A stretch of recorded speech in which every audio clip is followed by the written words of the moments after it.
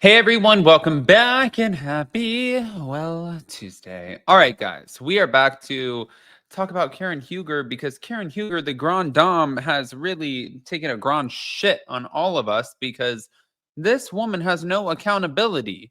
Um, you know what? I'm going to tell you this. I used to operate from a place of being so afraid to say what I think because it's like I feel like you teeter a line, and I always operated out of understanding and trying to figure out where people are coming from. But then I realized like I'm always going to be understanding. I really operated out of fear because I never want to say the wrong thing. And at this point, I'm going to say what I want to say in the sense that like Karen Huger has lied. She went on, she said she is not an alcoholic. She has multiple DUIs. She thinks she is above the law. And just like any other person who has gotten a DUI, you deserve what the law has to throw at you. You are not above the law. I don't care if you get some, fictitious fucking title called the Grand Dame. Who cares? You don't get to treat people a certain way and act like you're better than them. And then all of a sudden, when things happen, you know who got humbled really quick with that? The Countess. Even when she took her hands out of the handcuffs and she's like, "I'll kill you." Blah.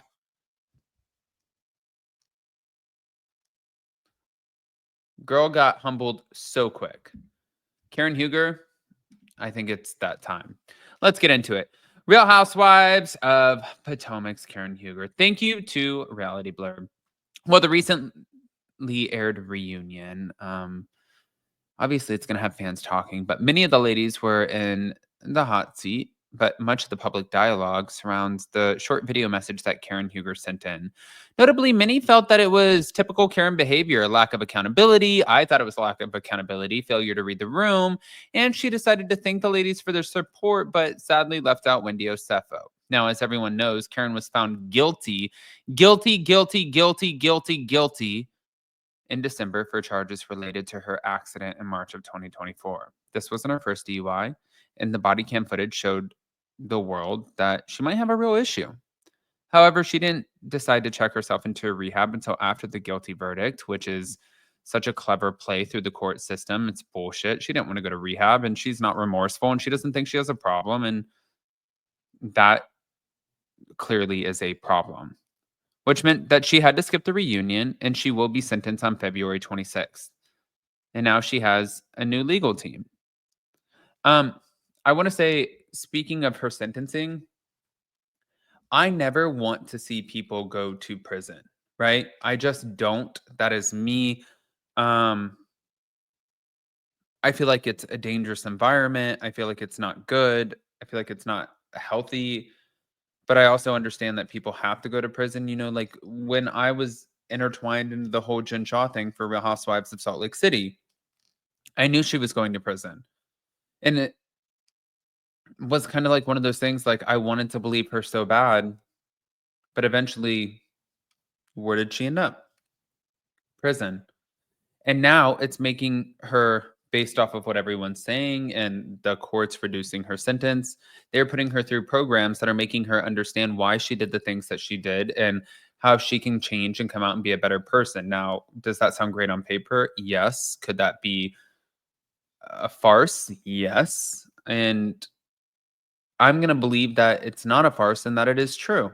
And I want to see her come out as a better person and pay off these people that had money taken away from them. I do. I want to see them get paid off.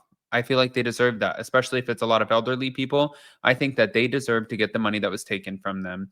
And for Karen Huger, if that is the case and you need to go and sit your ass in a jail cell to understand why this is wrong and that you are not above the law after multiple DUIs and never having the book thrown at you, and you need to go sit there and figure this shit out, then that is what you need to do.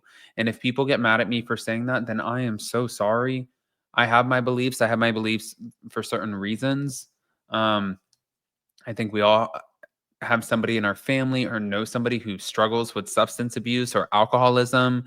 and who is a danger to society. And if you're going to crash your Maserati into a tree, there easily could have been a child in front of that tree. There could have been a woman in front of that tree, a pregnant person in front of that tree. There could have been a family in front of that tree. There could have been another car coming at you that you could have killed that person going head on. It's not funny. It's really not funny. And if anybody wants to challenge me on that, I think that please, by all means, in the comments, I will go toe to toe with you all day on this topic. I think it's bullshit. I think that it's not fair. I think it's disgusting, and I think that she should not be allotted a different just way and be gifted this non-sentence of a sentence because of being on TV. Especially when normally reality TV stars like Teresa Giudice and other TV stars, they get hit with more of the book because it's setting an example. It's garbage. I don't like it. Let's go on. So the Real Housewives of Potomac reunion has been teased for several weeks now, and the first part did not disappoint. One of the highlights came when Karen opened up about her legal issues during the first 2 minutes of the reunion, as she denied being an alcoholic, which is okay. She said, "No, I'm not an alcoholic. Let's be clear. I know a lot of young children look up to me. They call me Auntie Karen, the Grande Dame. Do as I say, not as I do." Mm. When it comes to her not so shockingly guilty verdict, Karen admitted, "My heart dropped. It's just very frightening, but I accept full responsibility for everything that went on with my car accident." No, you didn't. That's why you went not guilty. "I don't care about me right now. I care about my children. I care about my family, and they are so hurt." Well, you should care about yourself because you're the one who did it. Later on, during the Real Housewives of Potomac reunion, they showed Karen's second video message where she explained why she couldn't be in attendance. And when the video began, she can be seen wearing white and sitting on a couch on the same color. And she said, "Okay, ladies, as you notice, I'm not there. I'm going away to a treatment center to address taking antidepressants and drinking. I want to get to the bottom of it, but I would be remiss if I didn't take this time to take those or thank those who truly touched my heart through this whole process. And the first person I want to thank in this girl group is Giselle. And I think what's really helped me, Giselle, is the note that you put in my flowers, one step at a time. And you make me very proud of our friendship outside of the show. You're the real deal." And from there, she said, "I want to thank my girl, KK. You came through and you always said that Karen's going to handle this, and I'm handling it, Kay." She then said, "Jazzy, you sent me special notes that really touched my heart. And I know that Candace is not with us anymore on the show, but Candace reached out to me and has been a soldier. But wait a minute. There's a special person on my list, Andy Cohen. Your notes meant the world to me. There's they were always on time." Oh, that's what she said. "You and Giselle can fight over who called me the Grand Dame first, but I plan to be coming back as Karen Huger only because Karen is enough." And she said, "Ladies, I'm sure you're going to do me proud and look fabulous at the reunion, but nobody sit in my seat, okay? I love you." Now, saying that her fellow castmates had mixed reactions to Karen's message would be the understatement of the year, because Mia Thornton clearly disagreed with much of what Karen had to say, especially when she blamed her issues on taking antidepressants while drinking. And Ashley Darby expressed similar sentiments. I hate this topic. I really, really do. However, Wendy's reaction to not being thanked was extremely telling. Wendy has been one of the soldiers for Karen Huger, and it seems that she finally realized that Karen was never really her friend. But of course, the fans also had quite a bit to say in the comments. One fan said, "Sounds like she's accepting an award." Wendy was visibly hurt that she was not mentioned. And somebody else said, "I genuinely don't understand why she treats Wendy that way. And Wendy legit always rides for Karen and tries to connect with her."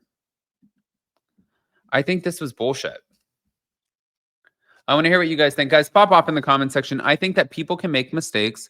I think you apologize for those mistakes. I think that you own up to those mistakes. I think once you do all of those things, then we can look at you in the face and be like, "Listen, okay, we see that you're trying to make change." And then you allow that person to make the change and showcase that change. I think that when you go up and you have no accountability, I don't know. Let me know what you guys think. Smash the like button, show some love. Guys, I love you, and we will see you next time. Bye.